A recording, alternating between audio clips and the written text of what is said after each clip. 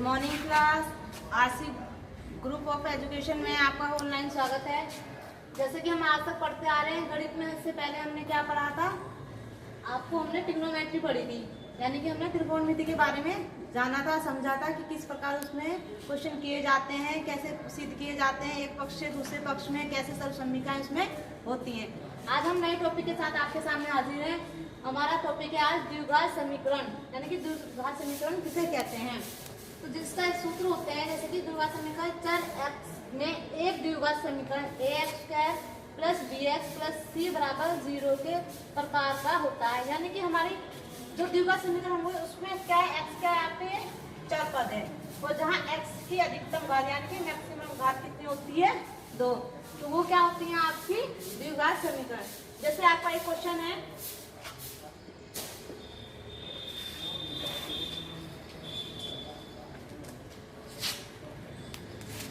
x² 4x plus के 4 बराबर 0।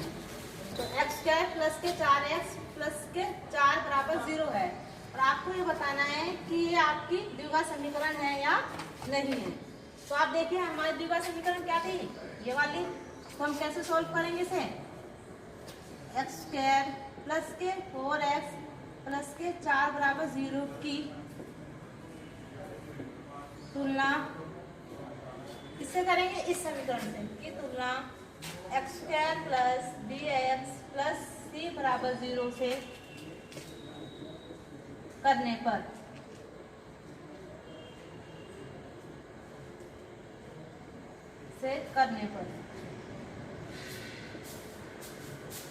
तो हमने इसकी तुलना किससे कर दी, इससे। आप देखिए जब इससे तुलना करेंगे तो हमारा x² क्या है, x² है, और a क्या है हमारा यहाँ 1 है, b क्या है हमारा यहाँ 4x जुका 2, और c की जगह हमारा क्या है 4। तो इससे a b c के मान भी आ गए, और a की मैक्सिमम घात यानी अधिकतम घात कितनी है 2, यानी कि ये क्या है हमारी द्विघात समीकरण है। x² प्लस 4x प्लस के 4 बराबर 0 एक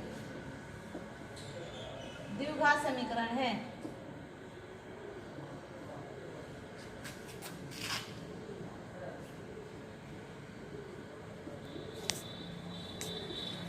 यही इसका आपका आंसर हो गया। कहने का मतलब है यहाँ जहाँ x की क्या होगी, अधिकतम घात 2 होगी, फिर मिनिमम यानी कि मिनिमम 1 होगी, कम फिर आपका 4, यानी कि इस वाले समीकरण से हम तुलना करके देखेंगे x के चर पदों की, यानी ax² प्लस bx प्लस के c। इससे तुलना करने पे हमारे x के चर पद की घातें क्या होनी चाहिए, समान होनी चाहिए। हमें इससे मतलब नहीं है कि इसके आगे a का मान 4 है, 5 है, 6 है, या b का मान 10 है, 12 है, 13 है, या c का मान। हमें ये चर पद देखने हैं कि चर पदों में की घातें क्या हैं।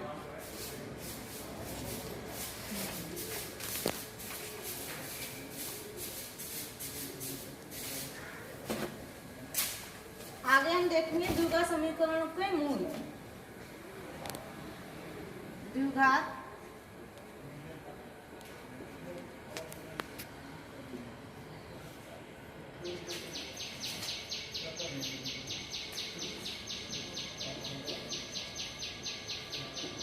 आगे हम जानेंगे द्विघात समीकरण के मूल के बारे में। अब देखो द्विघात समीकरण क्या थी, मैक्सिमम घात कितनी थी, अधिकतम 2 थी। तो जब अधिकतम घात चर पदों की कितनी है 2, तो इसके मूल कितने होंगे हमारे 2। तो द्विघात समीकरण के मूल हमारे होते हैं 2।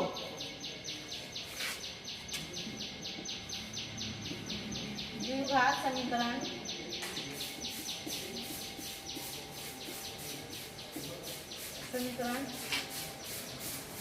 के मूल 2 होते हैं।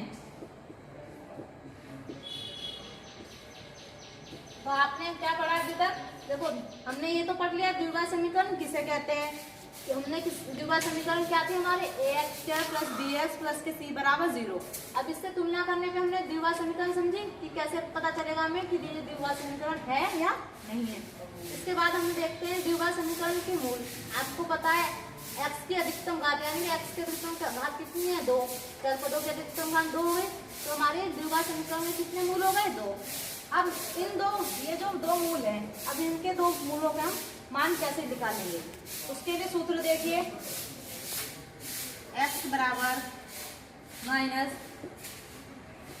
B plus minus under root minus B square minus 4ac बटे 2a, यह हमारा इसका सूत्र होता है। x बराबर माइनस के b plus minus under root B square minus 4ac बटे 2a सॉरी। तो आप इसमें इसका मतलब क्या होता है प्लस माइनस का, इसका मतलब होता है एक बार हम माइनस में लेंगे और एक बार प्लस में लेंगे।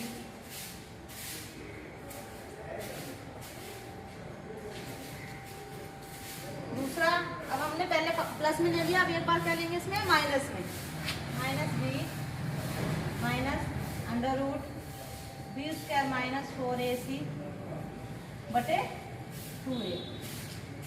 तो इस प्रकार हमारे x के कितनी अधिकतम घातीय 2 थी, तो x के कितने मान आ जाएंगे, 2 मान आ जाएंगे। इस फॉर्मूले को हम क्या बोलते हैं, आपने पहले भी पढ़ा है 9th में, इसे हम बोलते हैं सिद्धाचार्य सूत्र, जिसे आप बोलते हो हिंदी में। तो x के मूलों के मान निकालने के लिए आपका सूत्र होता है x बराबर माइनस के b plus minus under root B square minus 4ac upon 2a।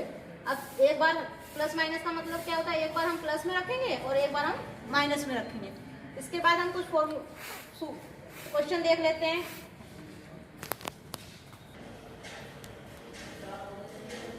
देखिए अभी हम द्विघात समीकरण के हमने क्या जाना था कि किस प्रकार से हम पता चलेगा द्विघात समीकरण किसे कहते हैं। उसके बाद में हमने जाना हमने द्विघात समीकरण के मूलों के लिए किस प्रकार उसका सूत्र है और किस प्रकार सूत्र को हम सूत्र द्वारा मूलों के मान निकालते हैं।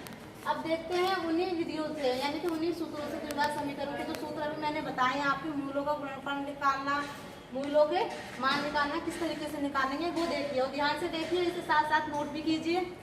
जैसे आपका पहला क्वेश्चन है गुणनखंड विधि से निम्न द्विघात समीकरणों के मूल ज्ञात करने। तो अगर आपको ऐसे लिखा हुआ है क्वेश्चन में कहीं, तो इसका मतलब है आपको गुणनखंड करके द्विघात समीकरण के फैक्टर करके, जैसे आपने 9th में किया था, फैक्टर करके आपको मूल निकालने हैं। तो पहले हम इसके बारे में समझते हैं। जैसे कि पहला क्वेश्चन है आपका ये x square minus 3x minus 10 बराबर 0 है, ठीक है। इसको हमें सॉल्व करना है। कैसे करेंगे, 10 के ऐसे टुकड़े करेंगे 3 आए, तो 10 के टुकड़े कैसे करेंगे कि हमारा 3 आना चाहिए। 5 दूनी 10 नहीं होगा क्योंकि 3 आना चाहिए, 5 में से 2 गए 3 आ जाएगा, तो 5 से हो जाएगा 5 दूनी, यानी गुणा करके तो हमारा आ रहा है 10 ये वाला, और हमारा घटा के क्या आ रहा है हमारा 3, तो 5 दूनी 10। अभी मैंने बोला था नहीं, मैंने इसलिए बोला था कि क्या आपको आता है या नहीं आता है, इसलिए याद रखना है कि गुणा करके हमारा ये चीज आती है और प्लस माइनस करके हमारी ये चीज आती है। तो कैसे करेंगे हम, x square minus 5x plus के 2x माइनस 10 बराबर 0। अब देखो भाई 5 में से 2 गए 3 आ जाएगा, यहाँ किसका साइन है, माइनस का चिन्ह है, तो ये क्या होगा, जो संख्या बड़ी होती है उसी का साइन आता है। 5 में से 2 गए 3। अब शुरू की इन 2 संख्याओं में से कॉमन लेंगे, पहले हम क्या कॉमन ले लिया हमने x माइनस के 5, फिर बाद वाली संख्याओं में से कॉमन लेंगे, क्या लेंगे, यहाँ से हम 2 लेंगे। देखो गुणनखंड का मेथड क्या होता है, आपकी जो दोनों चीजें दोनों क्या होनी चाहिए, समान होनी चाहिए, चर पद में भी, संख्याओं में भी और चिन्हों में भी। अब देखो यहाँ से हमने 2 लिया, अगर हम इसकी गुणा कर दें यानी कि मल्टीप्लाई कर दें अंदर, तो 2 की यही हो जाएगी 2x और 2 5 10, यानी 2 बन जाए 10। गुणनखंड क्या हो गया हमारा, x प्लस के 2 और x माइनस के 5। अब इसमें क्या बोला है हमारे क्वेश्चन में कि गुणनखंड विधि द्वारा द्विघात समीकरण के मूल बताने। भाई गुणनखंड तो हमने कर लिया, अब इसके मूल कैसे निकालेंगे, एक बार इसको इसके नीचे ले जाओ 0 के, और एक बार इसको इसके नीचे ले जाओ, तो x के आपसे 2 मान आ जाएंगे। तो x प्लस के 2 बराबर 0, x माइनस 5 क्या हो गया भाई, 0 के नीचे x माइनस 5 है, तो सारा क्या हो जाएगा आपका 0, x प्लस के 2 बराबर 0। अब प्लस का 2 इधर आके किसका हो गया, माइनस का। तो एक तो मूल आपका ये हो गया -2। अब दूसरा मूल कैसे निकालेंगे इसी का, अब हम क्या करेंगे, x प्लस 2 को 0 के नीचे ले जाएंगे, x माइनस प्लस के 2। तो अब ये पूरा 0 हो गया आपका, x माइनस 5 बराबर 0 और x बराबर 5। तो x के हमारे कितने मान आ गए आपके 2, एक तो आ गया -2 और एक आ गया 5। तो x के मूल कितने हो गए, x के मूल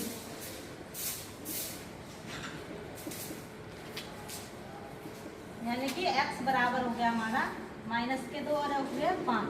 तो ये हमारे क्या हो गया, x के मूल। तो ये हमारे गुणनखंड विधि द्वारा मूल निकालने का तरीका है। इस तरीके से आप निकालेंगे जब आपको गुणनखंड दिया गया हो क्वेश्चन में। सेम सेकंड क्वेश्चन आपका ऐसे ही है, बस इसमें क्या करना है, इनकी संख्या चेंज है। देखो मैं इसको यहीं के यहीं कर देती हूँ।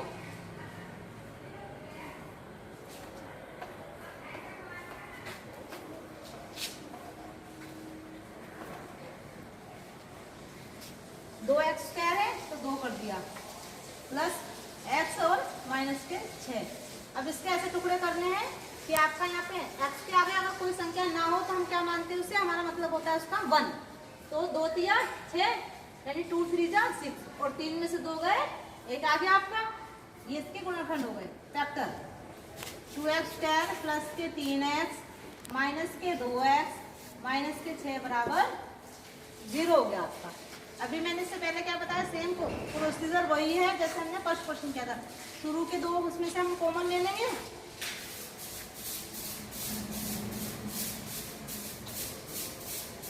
x कॉमन ले लिया,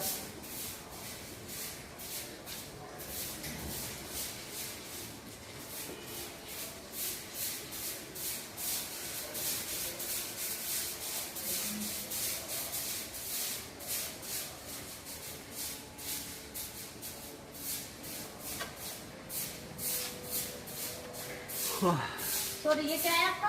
देखो अगर यहाँ तो हमारा इसके आगे 2 नहीं था, कोई संख्या नहीं थी, लेकिन जब ये आ गया गुणनखंड में, अगर यहाँ पे कोई संख्या दी गई है जैसे कि इसमें दे दी, तो इसकी गुणा हमारे यहाँ होती है 6 दूनी 12। अब इस 12 के टुकड़े हमें करने होते हैं। पहले वाले में क्या था, यहाँ पे कुछ नहीं था तो इस 10 के टुकड़े हमने कर लिए थे 5 दूनी 10। लेकिन इस क्वेश्चन में ये यहाँ 2 भी दिया हुआ है, तो 6 दूनी 12, इस 12 के टुकड़े करने हैं हमें, तब ये लाना है। कैसे हो जाएगा, 4 तिया 12 और 4 में से 3 गए 1। तो हमारा गुणनखंड क्या होगा भाई, 2x स्क्वायर प्लस के 4x माइनस के 3x माइनस के 6 बराबर 0। अब क्या करेंगे, शुरू में से कॉमन ले लेंगे 2x, तो x प्लस के 2 माइनस के 3 x प्लस के 2। क्या हो गया गुणनखंड आपके, 2x माइनस 3 और x प्लस के 2। यहाँ तक तो आ गया इसके गुणनखंड। अब हम मूल कैसे निकालते हैं, जैसे अभी हमने पहले वाले क्वेश्चन में किया था। तो 2x माइनस 3 यानी एक बार इसको इसके नीचे ले जाओ, 0 के नीचे, 2x माइनस 3 बराबर 0 और 2x माइनस 3 इधर से जाके किसका हो जाएगा आपका, प्लस का, और x बराबर हो जाएगा आपका 3/2।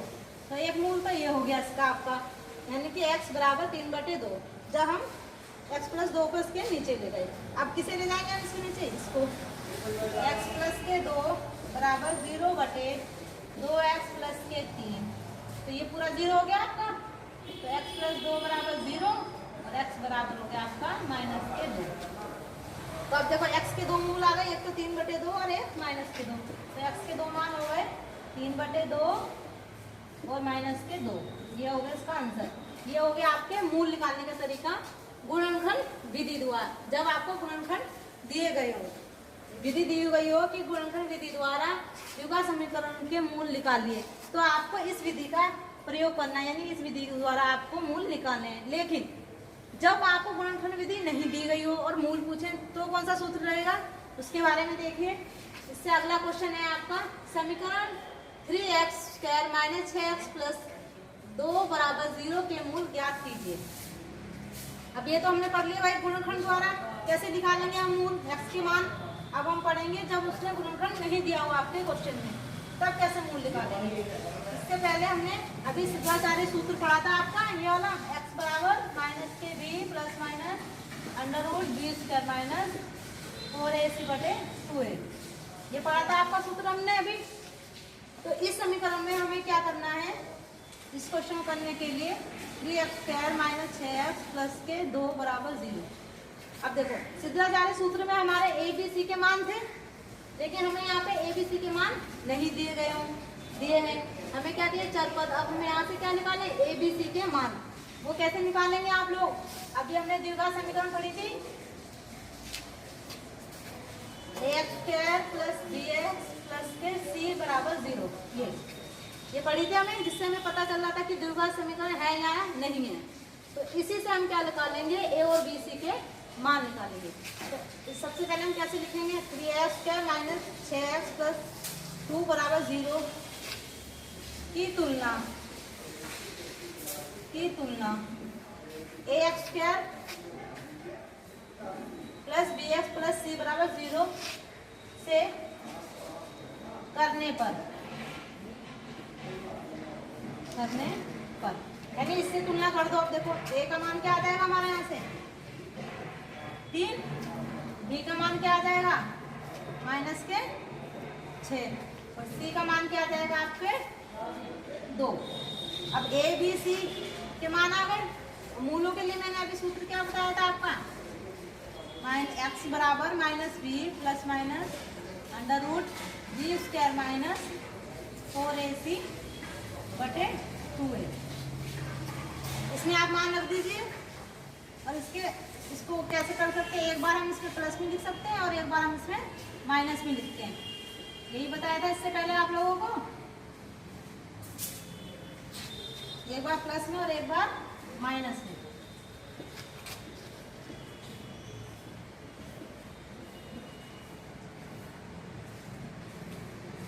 x बराबर minus B plus under root b² minus 4ac बटे 2a। एक बार प्लस में दिया और एक बार माइनस में हो गया। x बराबर माइनस के b माइनस के under root b² minus 4ac upon 2a। अब हम a b c के मान रख दो उसमें, यानी पहले हम इसके लिए निकाल लो प्लस के लिए। तो माइनस b का मान कितना है आपका माइनस 6 प्लस अंडर रूट, देखो b² क्या था हमारा 6 है, तो माइनस 6 का स्क्वायर माइनस 4। a का मान क्या है 3 गुणा 3, c का मान क्या है आपका 2 बटे 2a। अब देखो a क्या था हमारा 3। अब इसको सॉल्व कीजिए, कैसे करेंगे हम, देखो माइनस माइनस प्लस हो गया और 6 यानी कि 6 हो गया आपका, प्लस के अंडर रूट माइनस का स्क्वायर क्या होता है माइनस माइनस प्लस और 6 का वर्ग क्या होता है यानी 6 का स्क्वायर 36, 6 36 हो गया माइनस। अब देखो यहाँ क्या हो जाएगा 4 तिया 12, 12 दूनी 24, ये आपका आ गया 24 बटे 2 तिया 6 यानी 2 3 जा 6। अब 36 में से 24 का कितने आया बच्चों 6 प्लस के अंडर रूट, देखो 6 में 4 गए 2, 3 में 2 गए 1 यानी कितना आ गया आपका 12 बटे 6। आगे कैसे करेंगे, इस 12 के टुकड़े करो। अब कितना आ जाएगा मतलब 4 तिया क्या होता है 12 यानी 2 गुने 3, 2 दूनी 4, 4 तिया 12 बटे 6। ये आ गया। आपको पता है अंडर रूट के अंदर दो समान संख्या बाहर आगे कितनी रह जाती है, एक क्या बच जाएगा ये आपका 6 प्लस के 2√3/6 ये बच गया आपका। ठीक है, अब इसमें से हम कॉमन ले लेंगे, क्या कॉमन ले सकते हैं 2, इधर तो 2 तिया 6 तो 2 कम 2 √3 बटे 6, 2 तिया 6, 2 से कट गया तो क्या आ गया आपका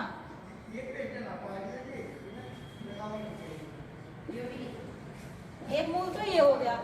अब ऐसे ही सेम प्रोसीजर किसका है दूसरे का, दूसरे में क्या फर्क है, बस इस प्लस की जगह हमारा क्या है यहाँ माइनस है, तो हम यहाँ से ही क्या मान निकाल सकते हैं।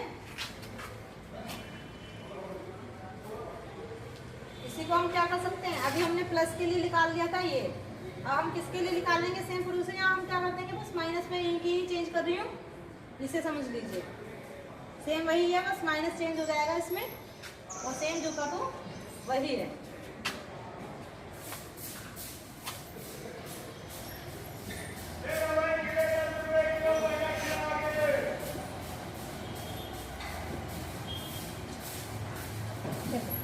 सेम, बस फर्क कितना पड़ा, हमने माइनस रख दिया तो हमारा ये आ गया। तो एक्स के मूल क्या आ गए, एक बार तो आ गए प्लस में और एक आ गए आपके माइनस में।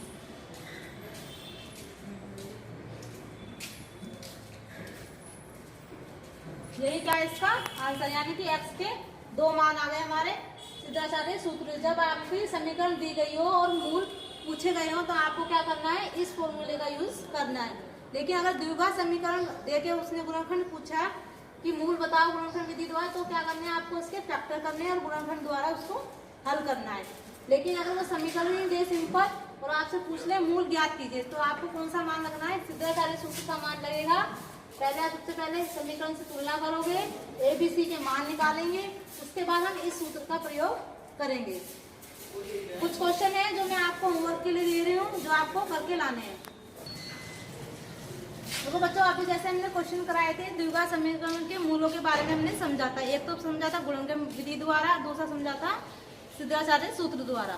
तो हमारे कुछ क्वेश्चन है जो आपको क्या करने हैं, होमवर्क में करने हैं। गुणनखंड विधि से निम्न द्विघात समीकरणों के मूल ज्ञात करने हैं। फर्स्ट है जैसे 2x² माइनस एक्स प्लस के 1/8 बराबर 0। सेकेंड है 100x² माइनस 20x प्लस के 1 बराबर 0। यानी इसमें कौन सा लगाने हैं, आपको फैक्टर विधि, पहले गुणनखंड करने हैं फिर आपको x के मान निकालने हैं। दूसरा क्वेश्चन है द्विघात समीकरण 3x² माइनस 2√6x प्लस 2 बराबर 0 के मूल ज्ञात कीजिए। तो सबसे पहले जैसे मैंने बताया था ax² plus bx plus c बराबर 0 से तुलना करोगे, a b c के मान ज्ञात होंगे, फिर आपको सिद्धाचार्य सूत्र लगाना है। थर्ड क्वेश्चन है आपका द्विघात समीकरण 2x² माइनस x माइनस 6 बराबर 0 के मूल ज्ञात कीजिए। तो ये सेम प्रोसीजर है जो मैंने आपको कराया, ऐसा कुछ भी नहीं है इसमें जो मैंने ना कराया हो आपको। तो बच्चों, ये आज का टॉपिक हमारा था द्विघात समीकरण। उम्मीद करती हूँ आप सबको समझ आया होगा। Thank you very much.